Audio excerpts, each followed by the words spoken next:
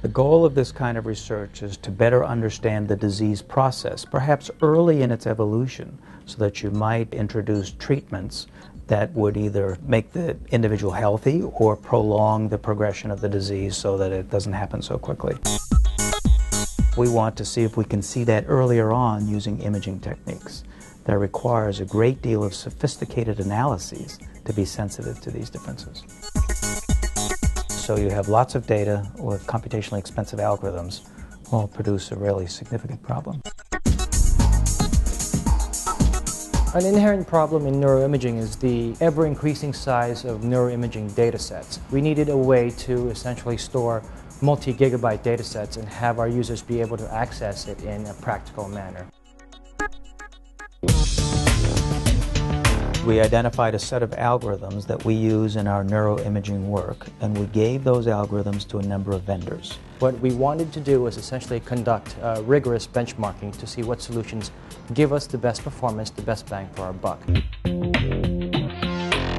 We wanted to make sure that we could embark upon a close relationship scientifically and technically with a group of individuals that would be around a long time. We wanted to open up an environment. We wanted to use commodity equipment and open source software. And Sun, using AMD chips and Solaris 10, which is now open source, proved just that.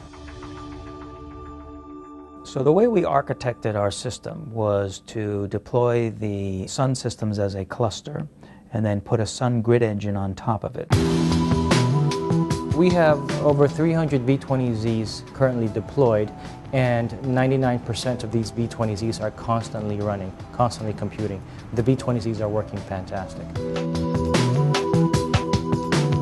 The Loney pipeline is a graphical interface that's Java enabled that allows people to utilize these systems with a simple graphical interface, accesses the grid itself so that it's relatively straightforward for the user to harness all of the power contained therein. We believe as scientists that knowledge that's paid for by the American people should be shared with the American people. And having a partner that has an open source philosophy with their operating system, I think, is a distinct advantage. Solaris 10 is open source. It allows a community of open source developers to peruse the code, look for ways to optimize the operating system, look for tips and tricks that will help in improving application performance. We chose Sun because of the speed of the technology, because of the plan for future technologies, because of the company's stability, and because of the scientists that were associated with the company.